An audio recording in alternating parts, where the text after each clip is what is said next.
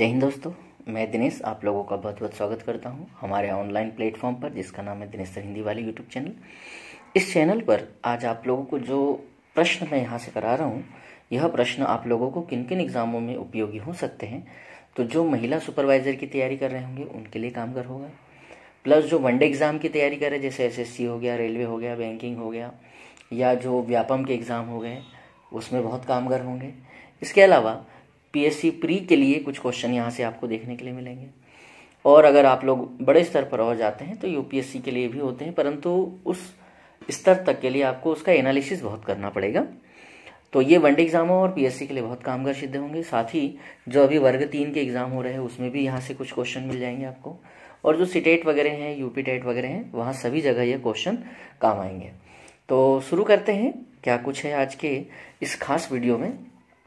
तो देखना ना भूलिए और ज़्यादा से ज़्यादा लोगों तक शेयर जरूर कीजिए। तो वीडियो को शुरू करते हैं। पहला प्रश्न उठाते हैं। पहला प्रश्न है, भारत और वियतनाम के बीच 4 से 23 नवंबर तक हरियाणा में आयोजित होने वाले अभ्यास का नाम क्या है। और ये जो है बेटा, ये उसका 5वां संस्करण है, मतलब 5वां अभ्यास है, ये 5th नंबर का 2024 में। वरुण, युद्धाभ्यास, विनवैक्स या जिमैक्स। तो सही उत्तर है इसका विनवैक्स। क्या है बेटा सही उत्तर? विनवैक्स है। मैं यहाँ पर इसको ऐसा बॉक्स भी बना देता हूँ। आ गया होगा उत्तर आप लोगों को समझ में। चलिए अब इसकी थोड़ी सी व्याख्या देख लेते हैं। यह अंबाला और चंडीगढ़ में, चंडी मंदिर में, या चंडीगढ़ कह सकते हैं, अंबाला और चंडी मंदिर में होगा। दोनों देशों के बीच सैन्य सहयोग और इंटर ऑपरेबिलिटी को बढ़ावा देना है इसका उद्देश्य। और विनवैक्स 2024 का जो है ये 5वां संस्करण, मैंने आपको पहले ही बता दिया है। आइए दूसरा प्रश्न लेते हैं। दूसरा प्रश्न ये तो वनडे एग्जामों के लिए है ही है, प्लस PSC UPSC सभी जगह यह बहुत ही महत्वपूर्ण प्रश्न है। साथ ही जो CTET वगैरह की तैयारी कर रहे हैं EVS वालों के लिए, उनके लिए ये करेंट का क्वेश्चन काम का है। केंद्रीय जल आयोग की रिपोर्ट के अनुसार जलवायु परिवर्तन के कारण 2024 में हिमालयी क्षेत्र में ग्लेशियर, झीलों और अन्य जल निकायों के क्षेत्रों में कितनी वृद्धि देखी गई है। अब ये पूछा गया है कि ये जो जलवायु परिवर्तन की वजह से जो हिमालय की जो ग्लेशियर है वहां पर जो झीलें हैं और अन्य जल निकाय जो है उसमें कितने प्रतिशत तक क्षेत्र में वृद्धि देखने के लिए मिली है। तो इसका सही उत्तर है 10.81, मतलब 81%। 10.81%, 81 नहीं बोलेंगे उसको, 10.81% तक की वृद्धि देखने के लिए मिली है। आइए इसकी व्याख्या कर लेते हैं थोड़ा। जलवायु परिवर्तन की वजह से हिमालय क्षेत्र में ग्लेशियर, बर्फीली झीलों और अन्य जल निकायों के क्षेत्रफल में बढ़ोतरी हो रही है। इसके क्षेत्रफल में यह बढ़ोतरी जो है 2011 से 2024 के बीच में 10.81% तक जा पहुंची है। इस बढ़ोतरी से झीलों के फटने से आने वाली बाढ़ का खतरा बढ़ गया है। यह बाढ़ तब आती है जब झीलें अपनी प्राकृतिक दीवारों को तोड़कर भारी मात्रा में पानी छोड़ देती हैं। केंद्रीय जल आयोग की रिपोर्ट के अनुसार यह खुलासा हुआ है। प्रश्न 2 हम लोगों ने हल कर चुके हैं। अगला प्रश्न देखिए, प्रश्न नंबर 3। ये बैंकिंग क्षेत्र के लिए बड़ा ही महत्वपूर्ण प्रश्न है। किस संस्थान ने पूर्वोत्तर क्षेत्र में उद्यमिता प्रशिक्षण और उस्मायन कार्यक्रम शुरू करने के लिए सिडबी के साथ समझौता किया है। सिडबी एक बैंक का नाम है, आप लोग पता ही है। तो IIM Bangalore, IIM Ahmedabad, IIM Calcutta और IIM शिलोंग। तो इसका यहां से आंसर भी लगा सकते थे। पूर्वोत्तर क्षेत्र बोल रहा है तो बेंगलोर को माइनस कर दीजिए, अहमदाबाद को माइनस कर दीजिए, कोलकाता को। सही आंसर कहाँ चला गया? शिलोंग। पूर्वोत्तर में वही आएंगे, है ना। बेंगलोर वगैरह तो साउथ में चला जाएगा, अहमदाबाद पश्चिम में चला जाएगा, कोलकाता जो है पूर्व में आ जाएगा। और ये नॉर्थ ईस्ट की बात कर रहे हैं तो वहां चला जाएगा पूर्वोत्तर में शिलोंग। उत्तर आप लोगों को मिल चुका है। अगला प्रश्न देखिएगा, पर उससे पहले थोड़ी सी व्याख्या। यह समझौता पूर्वोत्तर क्षेत्र में उद्यमिता को बढ़ावा देने और स्थानीय युवाओं को उद्यमशीलता के अवसर प्रदान करने के लिए किया गया है। प्रश्न नंबर 4 के पास पहुंचते हैं। प्रश्न नंबर 4 क्या कहता है?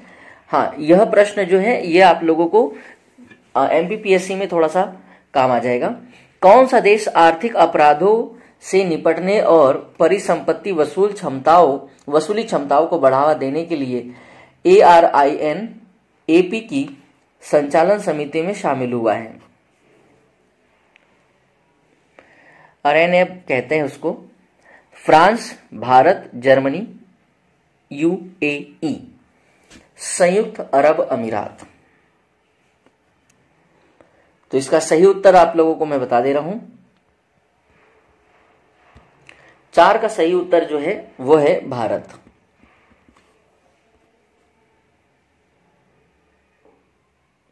मतलब आप उत्तर कहां लगा सकते हैं? बी नंबर पर लगा सकते हैं।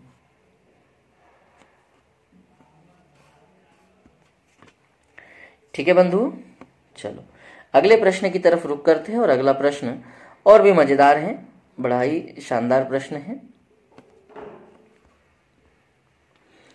हाँ, ये जो हमारे वनडे एग्जाम है वहां पर बहुत कामगार सिद्ध हो जाएगा। हुरून इंडिया परोपकार सूची के 11वें संस्करण में कौन शीर्ष पर रहे? मतलब ये भारत की ही बात करेगा, है ना। तो मुकेश अंबानी, शिव नादर, नंदन नीलेकणी और गौतम अडानी। तो इसका सही आंसर है शिव नादर। कौन है इसका सही आंसर? शिव नादर। चलो समझ गए हैं आप लोग। अगला प्रश्न देखिए, अगला प्रश्न क्या कहता है, पर उससे पहले थोड़ी सी व्याख्या। उन्होंने और उनके परिवार ने वित्तीय वर्ष 2023-24 के दौरान 2153 करोड़ रुपए दान दिए हैं, जो उनकी तीसरी बार यह उपलब्धि है। शिव नादर ने हर दिन लगभग 5.9 करोड़ रुपए दान किए हैं, जो मुख्य रूप से शिक्षा, समुदायों के उत्थान और प्रौद्योगिकी संचालन पहलों पर केंद्रित हैं।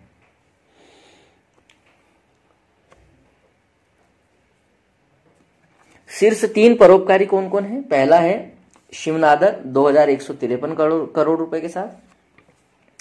दूसरा है मुकेश अंबानी जी 407 करोड़ के साथ। और तीसरा है बजाज परिवार 352 करोड़ रुपए के साथ। अगला देखिए, मस्कट की राजधानी या ओमान की राजधानी मस्कट में अंतरराष्ट्रीय हॉकी महासंघ पुरुष खिलाड़ियों को पुरस्कार किसने जीता है? तो ये मस्कट में पुरस्कार दिए गए हैं अंतरराष्ट्रीय हॉकी महासंघ ने। तो प्रश्न का जो उत्तर है वो है हरमनप्रीत सिंह जी, जो हमारे हॉकी के कप्तान हैं। तो इस प्रश्न का सही उत्तर है आपके पास डी।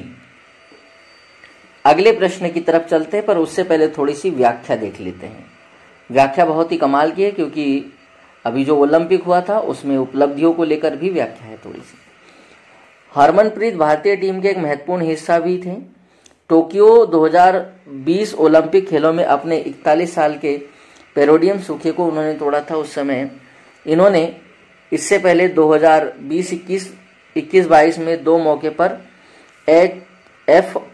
FIH प्लेयर, मतलब वही हॉकी टूर्नामेंट से समझ लीजिए, प्लेयर ऑफ द ईयर पुरस्कार जीता था। और जो हमारे PR श्रजेश साहब जी है, ये जो हमारे गोलकीपर हैं, ओलंपिक की कांस्य पदक विजेता टीम का हिस्सा थे। उन्होंने पेरिस ओलंपिक 2024 में अपने शानदार करियर का अंत किया, मतलब उन्होंने रिटायरमेंट ले लिया है। अपनी ट्रॉफी कैबिनेट में दूसरा ओलंपिक पदक जोड़कर, और अब उन्हें तीसरा, मतलब 2 ओलंपिक पदक है उनके नाम, और उन्होंने तीसरा FIH goalkeeper of the year भी जोड़ दिए। मतलब इनको भी 3 FIH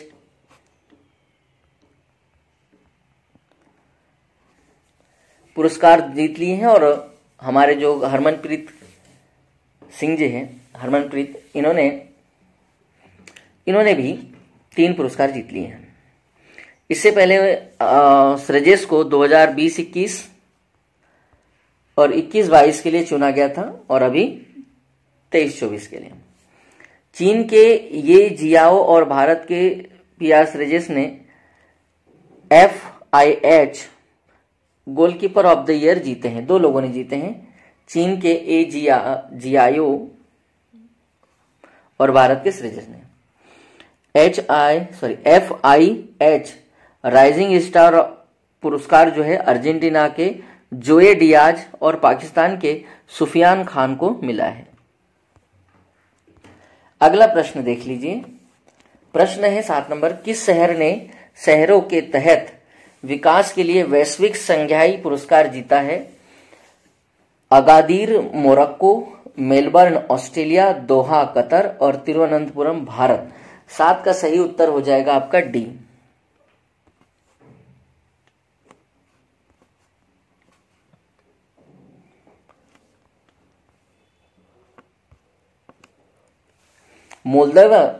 मोल्दोवा के राष्ट्रपति के रूप में दूसरे कार्यकाल के लिए किसे फिर से चुन लिया गया है? मोल्दोवा के 8 नंबर का सही आंसर है माया सेंडू। ये मोल्दोवा के सेकेंड कार्यकाल के लिए चुने गए राष्ट्रपति हैं। अगला प्रश्न, वेरी वेरी मोस्ट IMP। यह प्रश्न सीटेट वगैरह में, MP टेट वगैरह और जो भी एग्जाम जो EVS से जुड़े हुए बहुत सारे सब्जेक्ट होते हैं, जैसे वर्ग 2, उसमें भी बहुत काम का है। भारत का पहला मंगल और चंद्रमा एनालॉग मिशन किस शहर से लॉन्च किया गया है? बड़ा ही महत्वपूर्ण प्रश्न है। तो इसका सही उत्तर जो है बेटा लेह लद्दाख, यहां से शुरू किया गया। अगला, पर उससे पहले थोड़ी व्याख्या। इसरो भारतीय अंतरिक्ष अनुसंधान संस्थान इसरो और आका space studio private limited, Ladakh विश्वविद्यालय, IIT बॉम्बे और लद्दाख स्वायत्त पर्वतीय विकास परिषद ने इस प्रयास में सहयोग दिया है और सहयोगात्मक प्रयास की वजह से ये सफल हो पाया है। तो अगला है, इसके पूरी डिटेल आप लोग देख लीजिएगा, बड़ा महत्वपूर्ण है वो क्वेश्चन। अब हेडिंग है क्वेश्चन की कि भारत में राष्ट्रीय शिक्षा दिवस कब मनाया जाता है? तो ये मनाया जाता है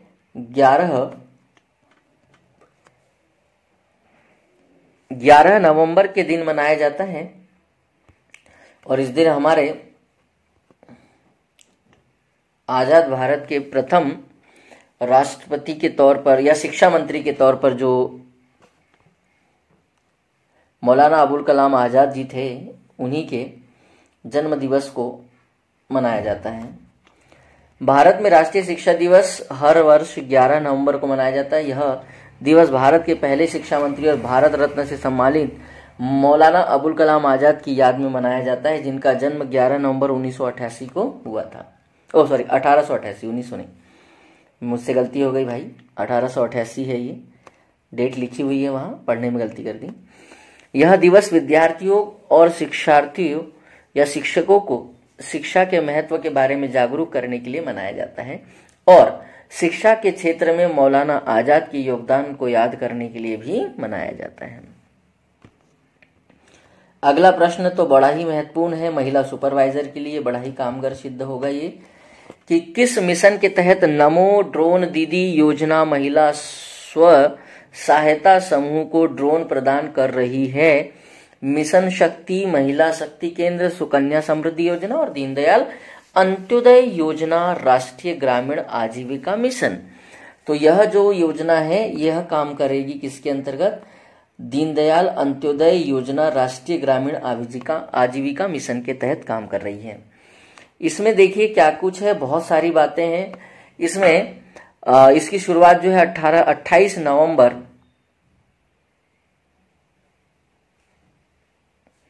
11 नवंबर को होगी बेटा। ये 11 नवंबर 2000, इसकी डेट देखना, अभी 28 नवंबर तो आई नहीं। 11 नवंबर 2023 को प्रधानमंत्री नरेंद्र मोदी जी ने यह ड्रोन दीदी योजना की शुरुआत की है। इस योजना का उद्देश्य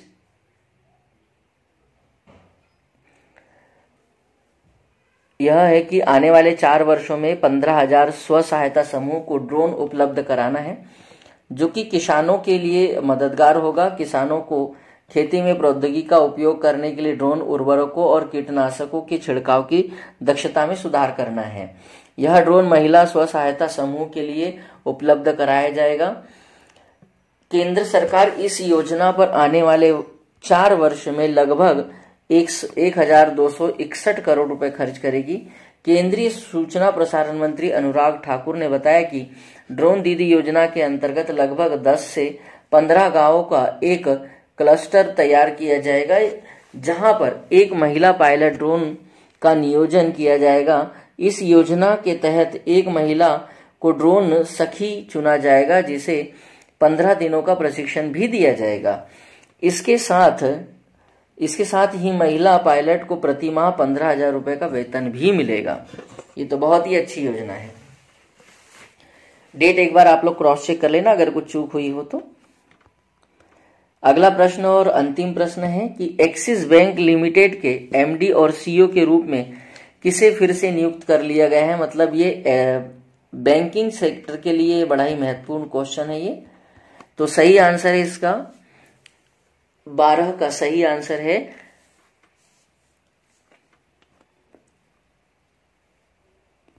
अमिताभ चौधरी। तो ये थे कुछ बड़े ही महत्वपूर्ण प्रश्न जो कि पूरे सप्ताह भर से कलेक्शन था। कुछ और भी महत्वपूर्ण प्रश्न है जो आप लोगों के साथ मैं साझा करूंगा। तो आज के लिए इतना ही। इतिश्री, जय हिंद, जय भारत। फिर अगले वीडियो के साथ मिलते हैं कहीं ना कहीं महत्वपूर्ण बिंदुओं के साथ।